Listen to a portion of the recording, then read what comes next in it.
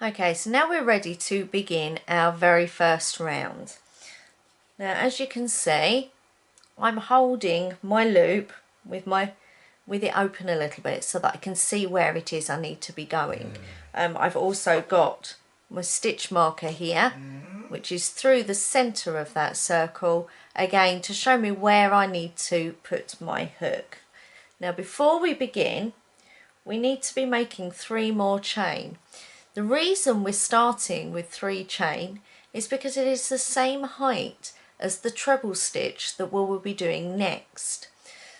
So let's recall how to make a chain. So from here we are going to angle our hook head around our working yarn, and we are going to gently pull our hook towards our right hand side, or left if you're a left hander, and take it through the loop that was on our hook, and that's 1 chain. We're going to repeat that process twice more.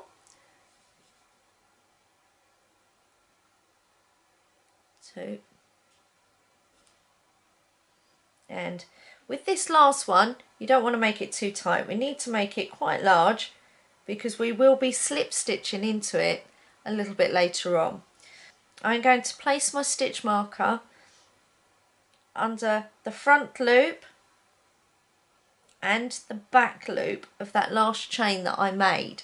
Okay, so the stitch marker is now sitting between the 3 strands of the yarn. So I have my front loop and my second loop at the top, and if I turn it over, you can see the back bump is also wrapped around the stitch marker.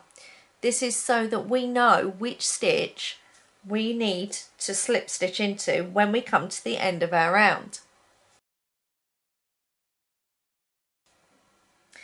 This will be the first time that you'll see a treble stitch being made. In England we call it a treble stitch. Americans give it a different name. It's the same stitch, different name. You'll find the abbreviations and the stitch names on the classroom handouts in the introduction section of the classroom.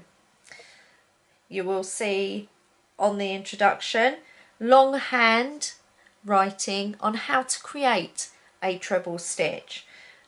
So step 1, I like to use my index finger to hold the loop that's on my hook so that it doesn't get too tight. So what I'm going to do now is make a treble stitch. So I will yarn over my hook, and then using my index finger to hold it in place, I'm going to locate the centre of this circle, and I'm going to go in from the front through the circle. Wrap my hook over my yarn, and now I'm going to draw my hook back towards me through the circle.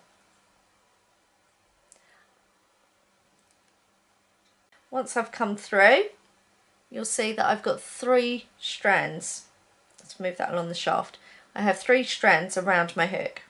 1, 2 and 3. The one at the front of the hook head, that's going to be the first one we draw through, and then the middle one, and then the last one.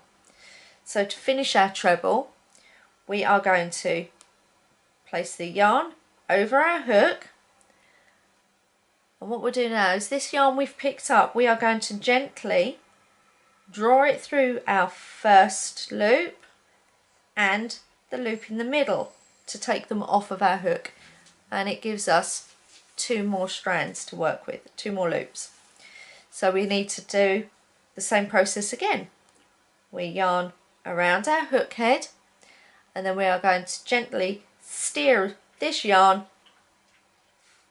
through the first loop first and then the last loop, and that is a full treble stitch. I'm going to make another one now. So that process again, I'm going to do it really slowly for you. To make a treble, yarn over into the circle, yarn over and pull our hook back towards us out of the circle. we now have 3 strands. Okay, we're going to yarn over, and we're going to take that yarn through the first loop, bringing it off of our hook, and the middle loop, taking that off of our hook and leaving us with 2 loops. Yarn over, and we're going to take off the first loop and the second loop to complete our second treble. We have our 3 chain that we began with, which we count as a treble throughout the project. Then we have our first treble and our second treble. So these 3 stitches here make up our first side. So we count them as 1, 2, 3. And we can push them up together like so. So they make a group. Now we need to make our very first corner. To do this, we need 2 chain from where we are now.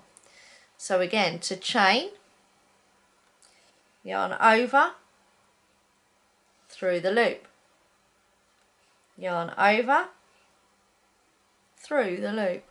That's 2 chain.